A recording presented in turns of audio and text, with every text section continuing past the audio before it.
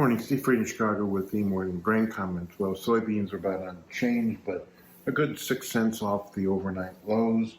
Got corn up 4, Chicago wheat up 16, KC up 14, and Minneapolis up 8.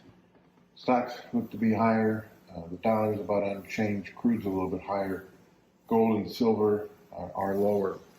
I think the stock market is seeing some new buying because of reduced threat that the central bank will increase interest rates a lot. Some people think only one more chance in 2023, and then maybe in 2024 starting reducing interest rates.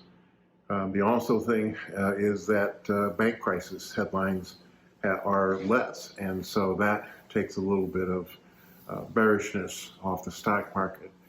Over the grains, not much new. We're waiting to see what export sales are. 10 of the last 11 days, there's been new corn sales either to the unknown or to China. And we'll see what the USDA says on Friday about stocks and acres. Historically, that's been a very important report to set the stage for prices, at least in April. From a weather standpoint, still cold and wet across the northern plains in Canada, still dry in the southern plains, and wet conditions across the Midwest, the Delta, and the Southeast. This pattern is kind of a stagnant pattern, maybe caused by the change from La Nina to El Nino.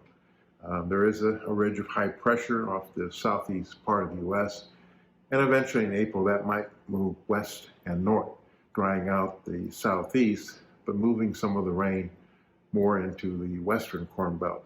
Should those see mostly dry conditions continue in the southern plains. And you've got the Kansas City over Chicago wheat spread at a new high at 176 over.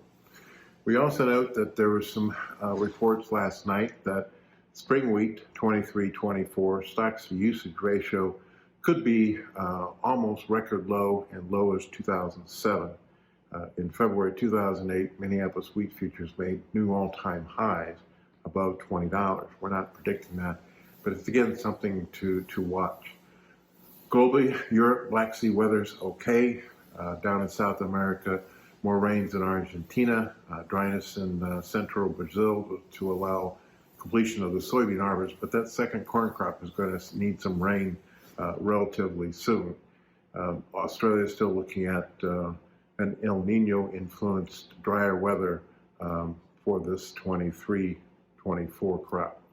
So we're just kind of waiting for export sales. We're waiting for see how the money flows after that report into the April U.S. weather pattern, and just kind of see the influence of some of the outside financial markets has on money flow in the grains.